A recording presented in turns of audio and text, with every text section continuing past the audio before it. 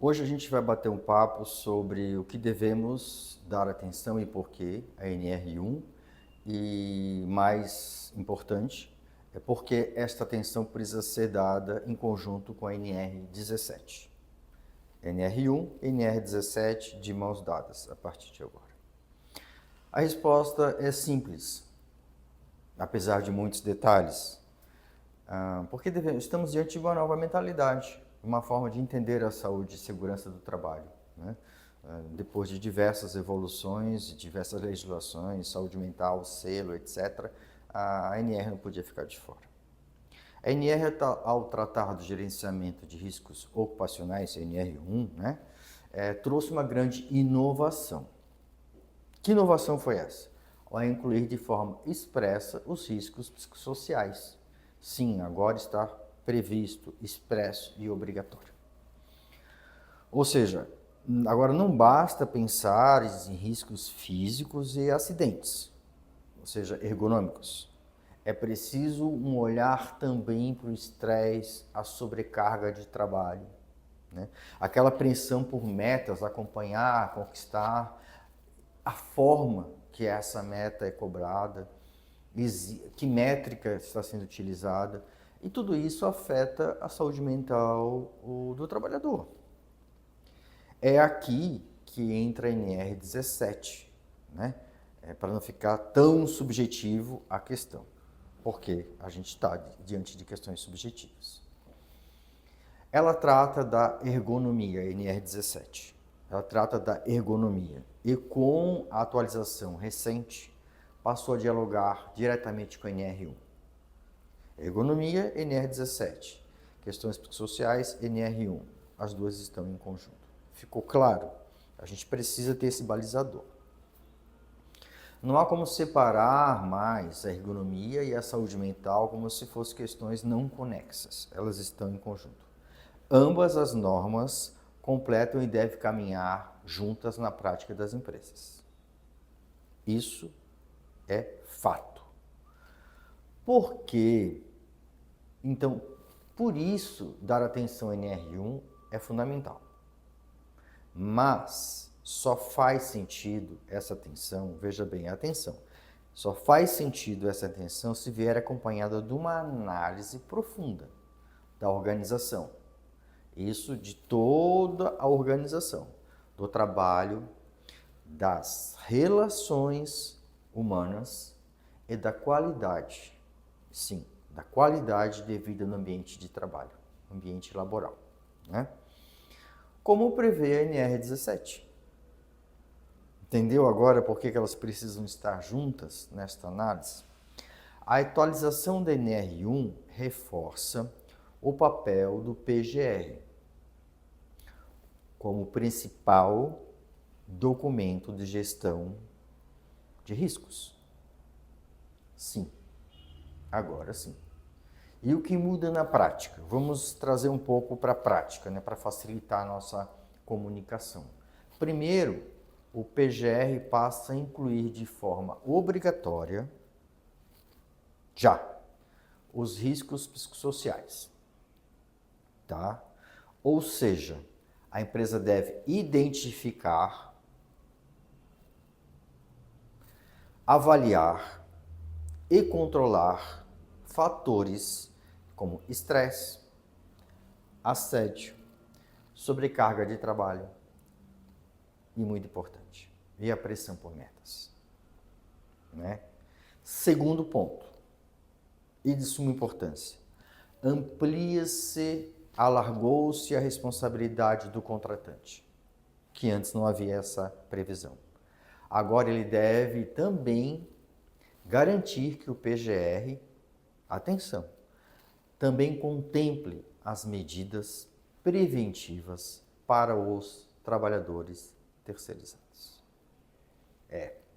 Agora não é mais, é terceirizado, não é minha responsabilidade. Não, é importante que haja essa consciência. O PGR deve estar cuidando disso também. Que muitas vezes ficavam à margem da gestão de riscos. Muitas vezes não, vamos ser sinceros, quase sempre.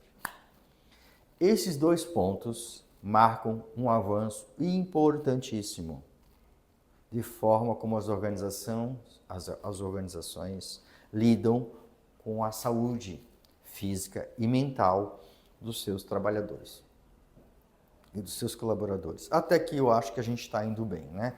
Enfim, estou organizando e mudando aqui, pontuando para que fique mais confortável.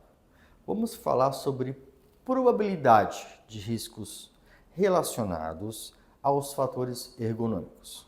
Sim, a gente precisa também ter parâmetros, né? Vamos aí criar métricas. Quando falamos de lesões ou agravos à saúde decorrentes da ergonomia, bom, incluindo os riscos psicossociais. Claro, como já comentamos. A avaliação não pode, anotem, não pode ser genérica. Precisa ser detalhada. Ela deve considerar dois aspectos fundamentais. Vamos lá. Anote. Primeiro, as exigências reais da atividade de trabalho. Contrato realidade. Vamos lá. Ou seja, o que aquela função exige do trabalhador no dia a dia, na prática. Não o que consta somente na documentação, na prática, detalhada.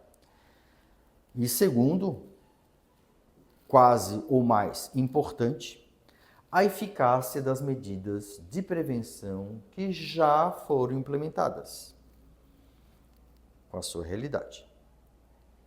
Essa combinação permite avaliar com precisão o grau de risco. Certo? Entenderam o porquê dessas etapas primeira e segunda para a gente conseguir avaliar esse grau de risco. E agora, com isto, tomar decisões mais assertivas sobre as ações corretivas e preventivas que devemos adotar, né, na empresa. A gente precisa ter o que utilizar, né? O que? A escolha da ferramenta de avaliação de riscos fica a cargo da organização, né? Não existe, você precisa usar esta ferramenta. A empresa tem toda a liberdade, veja bem, toda a liberdade para definir os métodos e as técnicas mais adequadas à sua realidade de risco analisado. Porque distintas, negócios distintos, empresas distintas, mas atenção, essa escolha precisa ser muito criteriosa e documentada. Um relatório de por que essa ferramenta e por que a conexão com o meu negócio. A organização deve registrar com clareza, né? E detalhes, os níveis de probabilidade, de severidade, as classificações de risco e os critérios usados para as tomadas de decisão, gente, claro, né? Por isso, desse mapa detalhado. Não basta escolher qualquer ferramenta. Aí o custo-benefício a gente precisa ser muito bem mensurado. É preciso justificar tecnicamente, parecer, com transparência e coerência, detalhes, critérios, princípios básicos para implementar a gestão dos riscos psicossociais. Vamos falar um pouquinho disso, né? Quais são os princípios básicos para a gente ajudar um pouco na organização. Bom, para uma implementação eficaz, o primeiro ponto de partida, primeiro passo, é o planejamento, né? Nada é feito sem planejamento, não funciona, do ambiente de trabalho. E a porta de entrada para esse planejamento, como é que eu vou fazer isso? De que forma? Por onde eu começo? É a avaliação ergonômica preliminar. O nome já fala, avaliação ergonômica preliminar. Com a sigla AEP. A AEP ela é obrigatória, mesmo para microempresas e empresas de pequeno porte. Anotaram? É importante isso para todos. Classificadas aí, né, nos graus de risco 1 e 2. Mesmo, veja bem que isso é um detalhe importante, mesmo que dispensadas do PGR completo. Elas vão precisar utilizar. Essas empresas devem realizar o AEP e importante, quando necessário, a partir do que foi feito até então, análise ergonômica do trabalho, que é o AET, certo? AEP, AET. O AET é indicado nos seguintes casos, não são para todos, tá? Quando há falhas nas ações adotadas, certo? Que em muitos casos ocorrem. Quando for necessário acompanhar a saúde ocupacional, conforme o PCMSO, é importante que tenha essa conexão, da NR7, tá? A gente falou da 1 e da 17, mas é importante ver esse PCMSO da NR7. Ou quando acidentes e doenças revelam problemas ligados à saúde da organização do trabalho, né? Existe essa sequência. Essas duas ferramentas, o AEP e o AET, são a base para uma gestão consciente e, além de consciente, efetiva dos fatores psicossociais. Eu vou aqui dar algumas dicas, né, importantes para vocês. Sugiro que anote. Sobre a avaliação dos riscos psicossociais. A NR1 não exige, não está expresso isso, uma categoria profissional específica para assinar o PGR. Certo?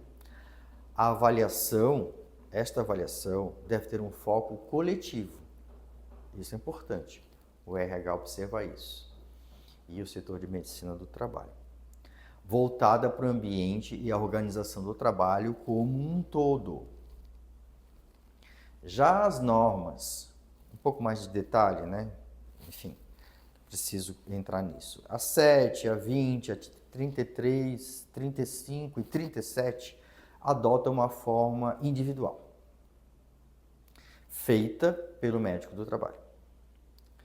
Esse profissional, então, é 7, 20, 35, 37, se eu não me engano isso, se eu não esqueci nenhum. Esse profissional deve solicitar exames complementares ou o apoio de especialistas. Como? Quais? Psicólogos e ergonomistas, né? Os que não têm no seu time, utilizar as consultorias. A aptidão ao trabalho e a gestão dos riscos psicossociais têm escopos diferentes, certo? É importante a gente ter isso claro. São ações distintas, com finalidades distintas. Bom, para que não haja assim, uma confusão, os casos de assédio moral e sexual devem ser tratados à parte. Por quê? Por causa da confidencialidade, ética, canais de denúncia seguros, né? É importante que haja essa consciência. Por fim, a gente está tratando de uma norma nova. É importante que quem recebe as fiscalizações devam saber disso, ter essa consciência, essa informação. Deve respeitar o critério da dupla visita.